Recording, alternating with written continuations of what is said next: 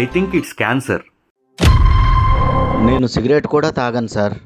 Cigarette తాగడం అనేది cancer రావడానికి one of the reason, one and only reason కాదు. మనం మార్నింగ్ లేచిన దగ్గర నుంచి ఈవినింగ్ పడుకునేదాకా వాడే ప్రతి పదార్థంలోనూ క్యాన్సర్ వచ్చే అవకాశం ఉంది.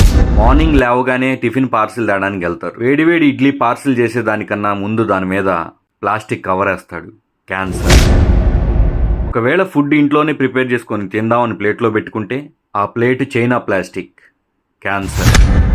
తాగే వాటర్ బాటిల్స్, స్టోర్ చేసే వాటర్ టిన్స్ రెండు ప్లాస్టికే, క్యాన్సర్. సాయంత్రం పూట స్నాక్స్ మంచూరియా తింటారు, దాంట్లో ఒక ఫోర్క్ ఇస్తాడు, ప్లాస్టిక్, క్యాన్సర్. కారాలు, పచ్చళ్ళు, పోపులు ప్లాస్టిక్ డబ్బాలో నిల్వ చేస్తారు, క్యాన్సర్. స్నానం చేయడానికి ప్లాస్టిక్ బకెట్లో హీటర్ పెడుతున్నారు, వాటరే కాదు ప్లాస్టిక్ బకెట్ కూడా హీట్ ఎక్కుతుంది, క్యాన్సర్. ఆరోగ్యానికి కొబ్బరి బొండా తాగుతారు, కానీ దాంట్లో ప్లాస్టిక్ స్ట్రా వాడతారు.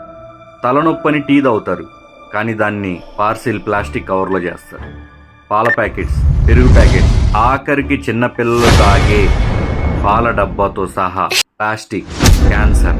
వీటన్నిటికన్నా మోస్ట్ డేంజరస్ మార్నింగ్ లేచిన దగ్గర నుంచి ఈవినింగ్ పడుకునేదాకా వాడే మొబైల్ ఫోన్స్, క్యాన్సర్.